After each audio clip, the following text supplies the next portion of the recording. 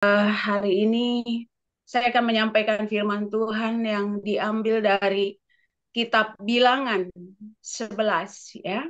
Dari Kitab Bilangan 11 ayat yang pertama sampai ke 15 ini agak panjang ya. Eh, Bilangan 11 ayat yang pertama sampai 15 saya akan membacakannya. Di sini diberi judul Api Tuhan. Pada suatu kali bangsa itu bersungut-sungut di hadapan Tuhan tentang nasib buruk mereka.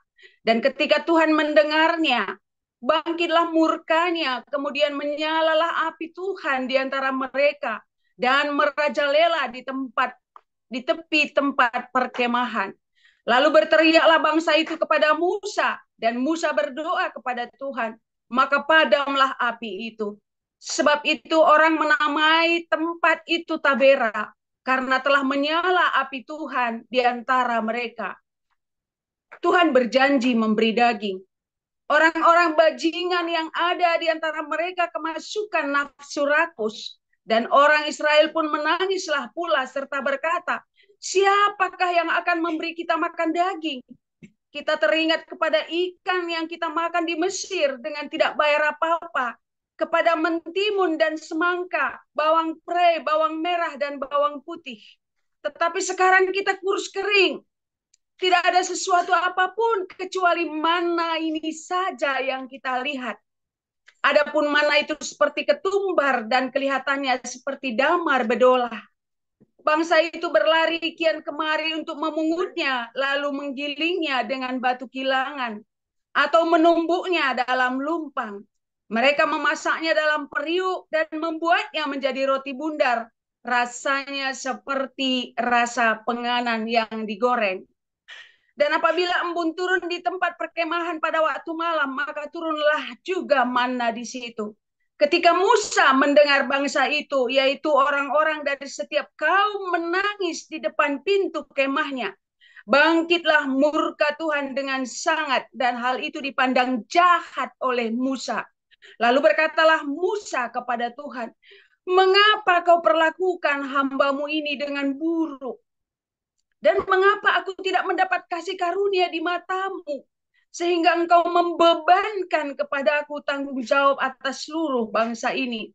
Akukah yang mengandung seluruh bangsa ini?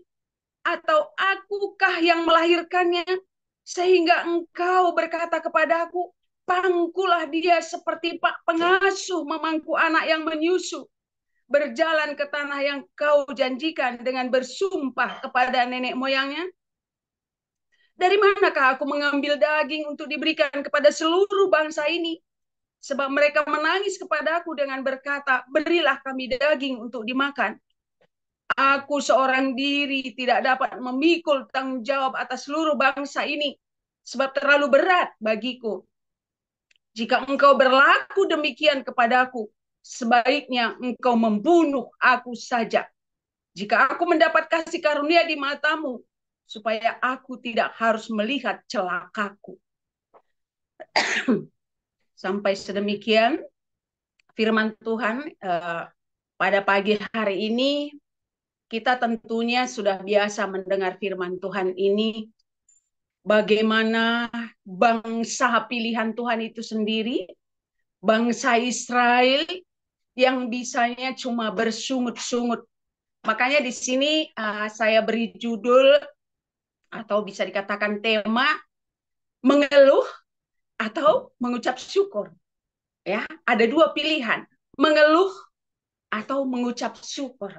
Nah, di masa pengembaraan bangsa Israel di padang gurun dipenuhi dengan keluhan-keluhan, ya. Mereka itu selalu mengeluh apabila mereka mendapatkan suatu tantangan atau suatu hambatan yang tidak sesuai dengan apa yang mereka harapkan. Mereka mengeluh kepada Musa. Padahal kita tahu sendiri bagaimana penyertaan Tuhan di dalam kehidupan bangsa pilihannya. Ya, mereka menjerit ketika mereka di tanah Mesir. bagaimana orang-orang Mesir memperlakukan mereka bagaikan budak, ya, bagaikan budak dipaksa. Ya memang mereka dikasih makan di sana gratis, tapi tenaga mereka itu benar-benar diperas. Ya, tenaga mereka itu benar-benar diperas. Mereka lupa akan hal itu. Nah, sehingga ketika di tengah perjalanan menuju tanah perjanjian itu, mereka bisanya cuma mengeluh. Padahal kita tahu, ya, Tuhan memperhatikan apa kebutuhan mereka. Bahkan dikatakan pada siang hari Tuhan menurunkan tiang awan. Supaya apa? Supaya mereka tidak kepanasan di dalam perjalanan mereka. Malam hari Tuhan menurunkan tiang api. Supaya mereka tidak kedinginan dan tidak kegelapan. Luar biasa kan perhatian Tuhan kepada mereka. Dan yang paling luar biasa janji Tuhan apa? Aku akan memberikan tanah Kanaan kepadamu. Setiap tanah yang kamu injak itu akan menjadi milikmu. Luar biasa kan? Memang sih inisiatif Tuhan ya mengeluarkan mereka dari tanah Mesir ya. Inisiatif Tuhan mendengar jeritan-jeritan mereka terhadap penderitaan-penderitaan yang mereka alami. Tuhan mengutus Musa untuk memimpin mereka. Dan tadi dalam bacaan kita melihat bukan hanya bangsa Israel yang bersungut-sungut. Akhirnya Musa sendiri pun ikut bersungut-sungut. Ya, ikut bersungut-sungut. Nah ini, kalau kita baca dari kitab Keluaran, dari kitab Bilangan ini, wow, nggak tahu deh berapa kali bangsa ini bersungut-sungut. Ya, bersungut-sungut. Nah, sementara kita melihat tertulis dalam kitab Mazmur 86 ayat 12. Ya, Raja Daud mengatakan apa? Aku hendak bersyukur kepadamu ya Tuhan Allahku dengan segenap hatiku dan memuliakan namamu untuk selama-lamanya. Ya memang dalam kehidupan kita ini kita juga sering diperhadapkan ya dengan masalah pergumulan hidup. Semuanya kita ini yang terlibat dalam Zoom ini pasti semuanya punya masalah dalam kehidupan, entah itu masalah keuangan lah, entah itu masalah keluarga lah, entah itu masalah anak lah, macam-macam pergumulan kita diizinkan Tuhan. Tapi di dalam kita mengalami pergumulan itu, seperti yang tadi saya katakan, kita diperhadapkan terhadap dua pilihan. Apakah kita mengeluh atau mengucap syukur? Ini sama seperti ada dua orang anak yang sedang berjalan-jalan, ya, yang sedang berjalan-jalan di sebuah taman. Yang A mengatakan, indahnya bunga mawar itu, wow, enak sekali mata saya melihatnya, sedang berkembang, ya, bunganya sedang merekah. Si B mengatakan, iya sih, tapi berduri. Nah, ini dua hal yang berbeda. Tanggapan terhadap bunga mawar. Yang satu mengatakan, indahnya bunga mawar itu bagus sekali. Yang B tadi mengatakan, iya sih memang, tapi berduri. Lalu mereka jalan lagi ya di taman itu, jalan sambil mereka membawa minuman, ya, memesan kopi, nih ceritanya kopi kenangan. Yang A mengatakan, aduh, puji Tuhan, kopiku masih ada setengah lagi. Ya, jadi aku masih bisa minum kopi. Si B mengatakan, ya, kopi saya udah kosong setengah. Ya, sebentar lagi udah habis nih ya. Kalau sudah habis nanti gimana nih? Ya, nih, dua macam cara menanggapi. Ya, yang satu selalu bersyukur kepada Tuhan. Yang satunya selalu mencari sisi negatifnya. Nah ini ya. Jadi di dalam kehidupan kita ini kita harus belajar ya. Kita belajar setiap hari. Belajar selama hidup, nggak ada tamatnya. Ya, selagi Tuhan masih memberi nafas kehidupan bagi kita, kita belajar dan belajar terus bagaimana kita menanggapi, merespon apa yang diizinkan Tuhan kita alami dalam kehidupan kita. Nah, jadi eh, memang kalau kita selalu mencari sisi negatif di dalam setiap pergumulan yang kita hadapi, memang pasti susah untuk bersyukur ya. Pasti susah untuk bersyukur kalau kita selalu mencari sisi negatifnya. Selalu mencari kambing hitamnya. Tapi kalau kita mencari sisi positifnya, karena setiap kali Tuhan mengizinkan suatu hal terjadi dalam kehidupan kita, itu pasti ada sisi positifnya bagaimanapun beratnya pergumulan itu.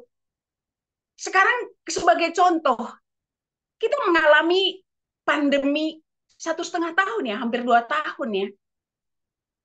Itu banyak sekali sisi negatifnya, banyak sekali sisi negatifnya. Banyak saudara-saudara kita yang sudah pergi mendahului kita. Ya, banyak saudara-saudara kita yang menderita, yang tidak bisa kerja, nggak bisa keluar rumah. Tapi apa sisi positif yang bisa kita rasakan pada saat itu? Satu, di dalam keluarga kita semakin akrab karena di rumah terus. Anak saya yang kuliah di Surabaya, cuma 2 tahun dia di sana kuliah. Setelah itu terjadi pandemi, balik ke Jakarta, ngumpul di rumah. Dan ada satu hal yang kami lakukan pada saat itu. Kami tiap malam beribadah. Ya, kami tiap malam beribadah dan kami bikin secara bergantian memimpin ibadah setiap malam. Dan dari situ saya tahu, wow, seperti itu rupanya pengalaman-pengalaman anak-anak saya di tempatnya kuliah. Luar biasa. Mereka mengikuti kegiatan rohani di sana. Itu mereka ceritakan semuanya ketika mereka yang memimpin ibadah. Nah, di situ saya tahu. Jadi, luar biasa ya Tuhan. Engkau memberikan kesempatan pandemi ini bagi kami. Ini sisi positifnya yang saya dapatkan, Tuhan. Kami semakin akrab, kami semakin mengasihi satu dengan yang lain.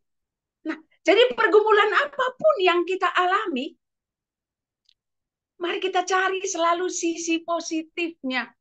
Seperti orang Karo bilang ya, orang Karo, ada seorang yang tenggelam ya di sebuah sungai, lalu bajunya kelihatan terapung di atas, manusianya belum kelihatan.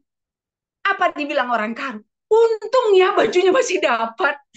Nah itu ya, untungnya bajunya masih dapat. Ada saja caranya mengucap syukur ya. Padahal bajunya manusianya belum tentu nanti dapat.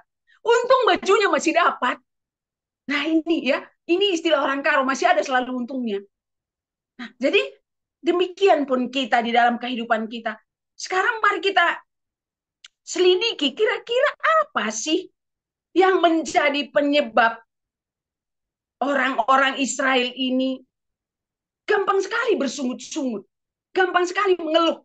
Yang pertama, tentunya mereka tidak percaya kepada Tuhan. Ini penyebab pertama. Sehingga mereka gampang sekali mengeluh. Bangsa Israel beribadah kepada Tuhan sebatas ritual. Nah, ya mereka beribadah sih beribadah. Mereka bangsa pilihan Tuhan. Tapi hanya sebagai ritual. Tradisi. Namun dalam praktek kehidupan sehari-hari mereka lebih sering tidak percaya kepada Tuhan yang mereka sembah. Nah, atau bisa dikatakan setengah percaya. Ya sama saja dengan tidak percaya. Ya, jadi padahal Tuhan sudah berjanji kepada mereka, aku akan membawa engkau ke tanah perjanjian yang penuh susu dan madu. Nah, tapi, nah itu tadi. Kita melihat bagaimana perjalanan bangsa Israel. Ketika mereka sampai di suatu negara dan negara itu tidak percaya kepada Tuhan, sudah deh, mereka ikut-ikutan lagi percaya kepada Tuhannya di negara yang mereka lewati. Gampang sekali beralih ya keimanan mereka. Nah, inilah bangsa Israel. Nah, terus yang kedua, bangsa itu memiliki sudut pandang yang keliru. Tadi tidak percaya kepada Tuhan. Itu tentunya penyebab pertama mengapa suka mengeluh. Ya. Yang kedua, memiliki sudut pandang yang keliru. Apa maksudnya ini? Mereka berpikir bahwa setelah keluar dari perbudakan di Mesir, hidup mereka akan segera lebih baik secara jasmani. Nah ini ya, akan segera lebih baik secara jasmani. Ternyata yang mereka alami tidak seperti yang dijanjikan Tuhan. Di Mesir meskipun mereka sebagai budak yang lelah bekerja, tertekan dan sebagainya, tetapi masih bisa pulang ke rumahnya masing-masing. Nah, sedangkan dalam status mereka sebagai umat Tuhan yang merdeka, mereka justru lelah berjalan di padang gurun. Kapan sampainya ini perjalanan? Ya, kapan sampainya ini perjalanan? Kok nggak sampai-sampai bisa kita bayangkan selama 40 tahun. Tapi sebenarnya 40, kenapa sampai 40 tahun? Ya kalau menurut saya ini Tuhan mendidik mereka ya, mendidik mereka yang suka bersungut-sungut, makanya sampai 40 tahun. Sebenarnya nggak sampai 40 tahun juga sampai, bahkan mungkin nggak sampai sebulan. Nah itu ya. Nah jadi yang ketiga, bangsa ini tidak memiliki rasa puas kepada Tuhan, tidak pernah memiliki rasa puas kepada Tuhan. Kenapa? Pertama mereka bersungut-sungut. Kenapa kamu bawa kami keluar dari tanah Mesir, Musa? Di sini kami kelaparan. Akhirnya Musa berdoa lagi kepada Tuhan. Tuhan memberikan mereka setiap pagi menurunkan manna. Oke, berjalanlah itu beberapa lama. Lalu yang kedua, mana terus, bosan. Biasanya di Mesir walaupun menderita masih ada ikan. Tadi dikatakan ada bawang merah, ada semangka dan sebagainya, banyak tadi dikatakan. Mana variasinya sekarang makanan kami? Mana terus bosan. Nih, ya. Ini tidak pernah merasa puas. Nah, itu, ya. Sungut-sungut terus. Akhirnya Tuhan lagi menurunkan daging yaitu burung puyuh. Nah, tapi kita tahu ya, setiap kali mereka bersungut-sungut sebenarnya ada imbasnya. Ada murka Tuhan. Tahu nggak setelah mereka makan burung puyuh itu, Tuhan izinkan mereka mengalami suatu penyakit paru-paru. Ya, Tuhan izinkan itu. Nah, ini makan sepuasnya kau sampai ke lehermu. Tapi setelah itu mereka mengalami sesuatu hal dalam diri mereka yang tidak mengenakan. Ya sama seperti yang pertama tadi. Ketika mereka bersungguh-sungguh, Tuhan mendatangkan api. Kan gitu tadi. Ya, mendatangkan api menghukum mereka. Lalu mereka berseru lagi pada Musa, Musa, kenapa begini? Kenapa begitu? Akhirnya Musa berdoa lagi kepada Tuhan sehingga api itu mati. Nah, jadi banyak hal yang kita melihat di sini bangsa Israel. Ya, mengapa mereka selalu bersungut-sungut? Pertama tadi, ketidakpercayaan mereka kepada Tuhan. Terus kedua, pandangan yang keliru. Ketiga, tidak pernah merasa puas. Nah, di sini mengajarkan kepada kita, mari kita tetap yakin dan percaya kepada teguh Tuhan. Semakin teguh terus iman kita kepada Tuhan, sehingga kita selalu bisa mencari sisi positif terhadap apapun yang diizinkan Tuhan kita alami. Ya. Terus tadi yang kedua, mari kita berpandangan benar terhadap apapun yang diizinkan Tuhan. Pasti Tuhan punya rencana yang indah di balik ini semua. Mungkin saat ini Tuhan sedang membentuk aku. menjadi lebih sabar sebagai istri, katakanlah saya. Menjadi lebih sabar sebagai seorang ibu. Sekarang saya menanggung dua beban. Walaupun suami saya masih hidup, tapi peran saya sekarang sebagai ibu dan sebagai bapak. Seperti kata Butiar kemarin itu. Kalau misalnya suami kita sudah nggak bisa berperan, memerankan perannya sebagai ayah, digantikan oleh seorang istri. Nah, seperti itu. Ya. Dan yang ketiga tadi, milikilah rasa bersyukur. Ya. Jangan tidak pernah merasa puas. Nah itu, memang manusia ya nggak pernah merasa puas. Kan itu yang terjadi, makanya banyak korupsi ya. Banyak korupsi di negara kita Indonesia. Bayangkan seperti suaminya, siapa tuh namanya tuh, yang triliunan, ratusan triliunan itu mengenai Dewi timah Sandra, Bu Nelly Dewi Dewi Sandra. Sandra. Ya ampun, 271 triliun. begitu banyak penghasilannya tiap bulan. Masih saja korupsi. Nah ini, coba kalau dipikir apa yang akan terjadi setelah saya lakukan kesalahan ini. Kalau sempat mereka pikirkan itu, tidak akan terjadi korupsi. Ya, coba mereka syukuri dengan gaji yang mereka terima. Yang itu pun adalah mungkin gaji kita 5 tahun. Mereka gaji sebulan. Nah itu, tapi nggak pernah merasa puas. Nah ini, jadi ini menjadi pembelajaran bagi kita seperti tadi kata Mazmur Daud tadi. Bersyukurlah kepada Tuhan dengan segenap hatimu. Jangan hanya di mulut. Ya. Bersyukurlah kepada Tuhan dengan segenap hatimu. Kenapa kita harus bersyukur kepada Tuhan? Pertama, karena Tuhan kita itu luar biasa. Sering sekali saya sampaikan ini. Karena Tuhan kita itu maha kuasa. Tidak ada yang bisa menandingi dia. Luar biasa. Tidak ada yang bisa menandingi dia. Jadi sebenarnya sebagai orang yang percaya kepada Tuhan, nggak ada yang perlu kita takutkan dalam dunia ini. Ya, apalagi zaman sekarang ini. Ya, tadi malam saya nonton sebuah TikTok yang katanya 3 bulan lagi akan muncul apa itu di dalam agama Islam itu. Aduh, lupa lagi namanya. Akan muncul uh, seseorang yang kalau menurut saya itu, kalau kita terjemahkan ke Kristen itu, kedatangan Tuhan Yesus yang kedua kali, Dajjal, menurut saya. Dajjal, Ah, Dajjal. nah seperti itu, betul, Dajjal. 3 bulan lagi katanya. Wih, kalau kita hitung, wih, ini bulan April, Mei, Juni, Juli. Terus akan terjadi gempa bumi, megatrust. Wah, kalau kita pikirkan itu semua, mau lari, kita lari kemana? Ya, mau lari kemana?